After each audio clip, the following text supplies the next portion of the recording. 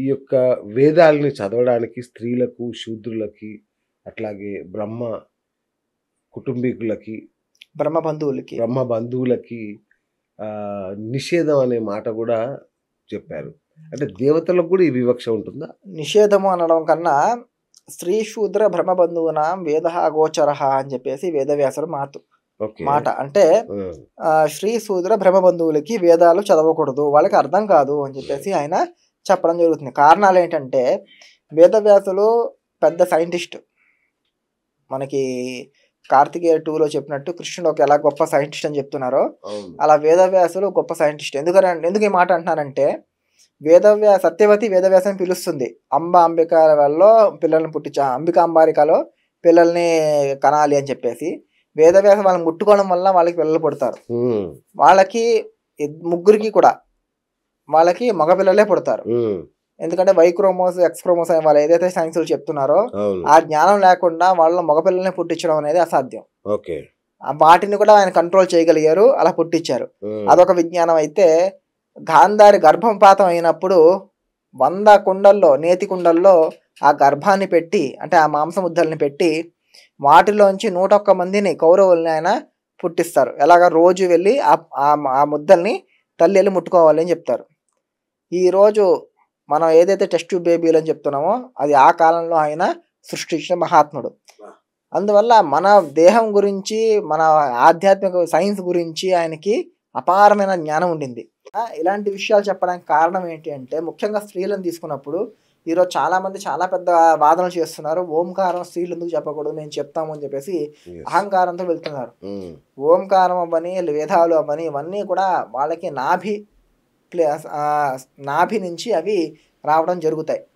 అవి నాభి నుంచి వస్తున్నప్పుడు ఆ వైబ్రేషన్స్ అనేవి గర్భసంచి మీద ప్రభావితం అవుతాయి.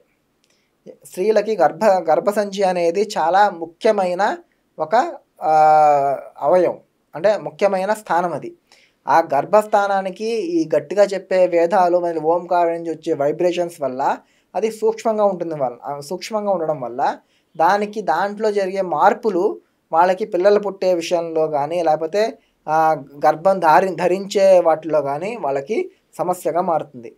ఈరోజు సమాజంలో చూసుకుంటే మనకి అదే పెద్ద సమస్య ఇప్పుడు. అది దానికి కారణం ఏంటంటే ఇలాంటి వాళ్ళు చెయ్యొద్దు అనే పనిని వాళ్ళు చేయడం వల్ల, అలాగే రజస్సులు అయినప్పుడు 3 రోజులు కూర్చోకుండా వాళ్ళన్ని పనులు చేయడం వల్ల, ఇవన్నీ ఎందుకంటే గర్భానికి ఎఫెక్ట్ అవుతుందనే ఉద్దేశంతోనే అవన్నీ కూడా మనకి పురాణాల్లో కానీ శాస్త్రాల్లో కానీ చెప్పారు. సైన్స్ ఇది కంప్లీట్ సైన్స్. దీని గురించి ఇంకా ఏమైనా డౌట్స్ ఉంటే మనకి కాల్ చేయమని చెప్పండి, మన దాని మీద వాళ్ళకి ఇంకా నేను క్లారిటీ ఇవ్వడం జరుగుతుంది. సూపర్. అట్లాగే గురుగారు, అంటే చాలా మందిని అడిగాను కానీ నాకు సరైన సంతృప్తి సమాధానం రాలేదు. వేదాలు కూడా, పురాణాలు, మన ఇతిహాసాలు కూడా స్త్రీని చులకనగా చూశాయి అనే ఒక భావన ఇప్పటికీ చాలామందిలో ఉంది. అది మనుశాస్త్రం నుంచి అయితేనేమి, ఇంకా మిగతా చాలా శాస్త్రాల్లో కూడా స్త్రీకి స్వాతంత్రం లేదు, అవసరం లేదు అన్నట్టుగా ఉండేది. ఎందుకు?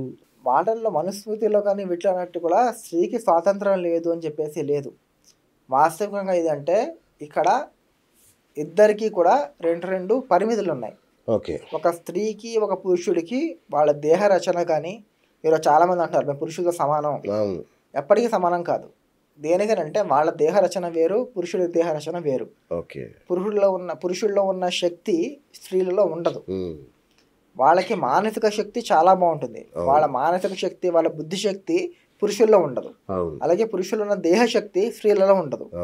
దీన్ని అందరూ అంగీకరించారు. వాస్తవం ఏంటంటే దీన్ని ప్రతి ఒక్కరు అంగీకరించారు, కానీ వాళ్ళు దాన్ని ఒప్పుకోవట్లేదు, ఇంప్లిమెంట్ చేయట్లేదు. ఇంప్లిమెంట్ కూడా చేస్తున్నారు. బస్సుల్లో మనకి అమ్మాయిలకి సీట్లు ప్రత్యేకంగా ఉన్నాయి. గుర్తు చేయకండి, వృద్ధులకి బయటికి తోసేస్తున్నారు, మొత్తం వాళ్ళే ఆక్రమించేస్తారు. అలాంటప్పుడు వాళ్ళకి ప్రత్యేక సీట్లు ఇవ్వాలని బలహీనం ఉన్నారు కాబట్టి వాళ్ళు సీట్లో కూర్చుంటున్నారు. అంటే వాళ్ళు ఒప్పుకున్నట్టే కదా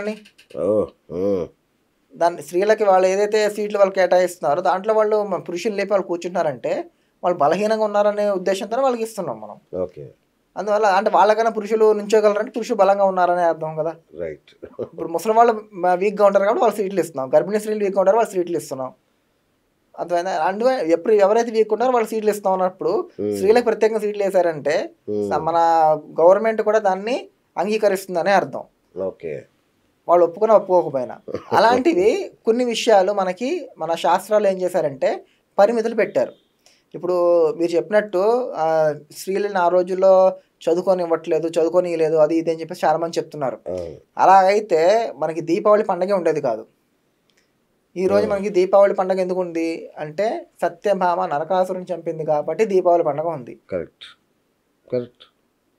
ఈరోజు ఒకవేళ మన పూర్వీకులు అంటే మన శాస్త్రంలో స్త్రీలు చదవకూడదు, వాళ్ళ విద్యాభ్యాసం చేయకూడదు అని ఉండుంటే ఈరోజు మనకి దీపావళి ఉండక్కర్లేదు.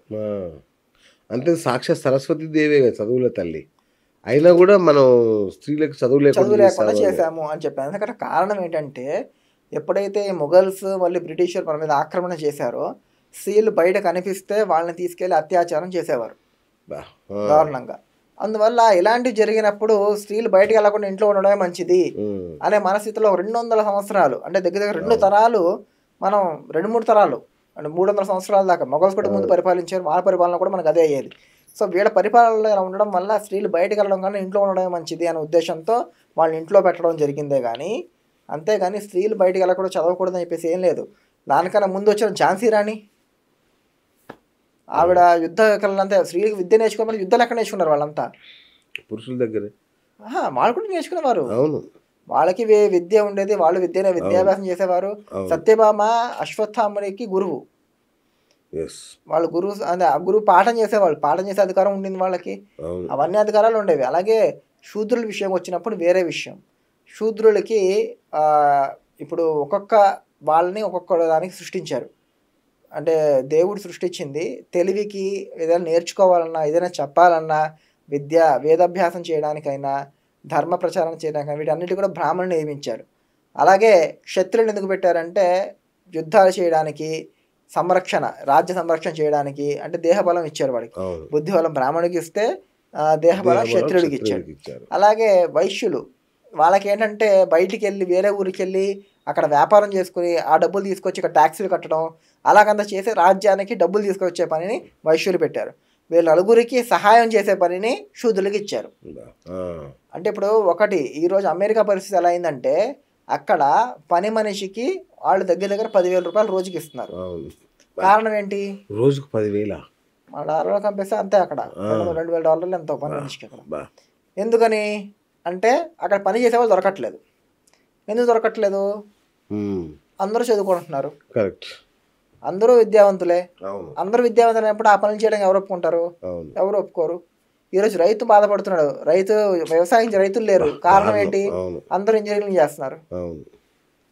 మన వాళ్ళు ప్రతి ఒక్క కర్మకి అంటే ప్రతి ఒక్క వాళ్ళ పనికి వాళ్ళ జాతుల్ని వాళ్ళకి ఇచ్చిన రీజన్ ఏంటంటే ఆ ధర్మం అంటే ఆ పని మొత్తం నాశనం అవ్వకూడదు అనే ఉద్దేశంతో వాళ్ళని వాటికి ఇచ్చి వాళ్ళకి అలాగే గౌరవం ఇవ్వడం కూడా జరిగింది. మీరు గమనించినంత ఈరోజు కూడా ఒక ఇల్లు కడితే ఆ ఇంటికి మనం ఆ ఇల్లు కన్స్ట్రక్షన్ కట్టిన వాళ్ళు ఎవరైతే ఉన్నారో వాళ్ళని పిలిచి వాళ్ళని కూర్చోబెట్టి వాడికి సన్మానం చేయడం ఇవన్నీ కూడా ఉంటాయి. ఒక ఉపనయనం జరిగినా లేకపోతే ఒక దేహం అంటే ఒక శ్మశానంలో ఒక మృత్యు అయినా సరే ఎవరైనా చనిపోయినా సరే ఒక మంగళవాణి పిలుచుకొచ్చి వాడితో గుండు కొట్టించడం జరుగుతుంది. మనకు వచ్చి కదా మనం చేసేస్తే అయిపోతుంది కదా, ట్రిమ్మర్లు ట్రిమ్మర్లు గుండు కొట్టేస్తే అయిపోతుంది కదా అంటే అలా కాదు. వాళ్ళే రావాలి, వాళ్ళే కూర్చోవాలి, వాళ్ళే చేయాలి పని, వాళ్ళకి ఇవ్వాల్సిన దక్షిణ వాళ్ళకి ఇవ్వాలి. ఒకవేళ బ్రాహ్మణుడికి నిజంగా ఎవరూ బాగుపడకూడదు మేమే బాగుపడాలనే ఉద్దేశం ఉంటే పురాణాల్లో లేకపోతే ఇప్పటి వరకు ఎంతమంది శ్రీమంత బ్రాహ్మణులు ఉన్నారు? అస్సలు లేరుగా. డబ్బున్న అంటే ఆ కోటీశ్వర లిస్టులో టాప్ 100 కాదు టాప్ 1000 తీసుకోండి, వాటిలో బ్రాహ్మణులు ఎంతమంది ఉన్నారు? ఒకవేళ బ్రాహ్మణుడు అలా తొక్కేసి జనాలను తొక్కేసి వాడు ఒక్కడే ఎదగాలనుకునే వాడైతే చాలా వాలిడ్ పాయింట్. అవును, అలా ఎదగాలనుకుని ఉంటే బ్రాహ్మణుడికి చాలామంది డబ్బున్న వాళ్ళు ఉండాల్సింది.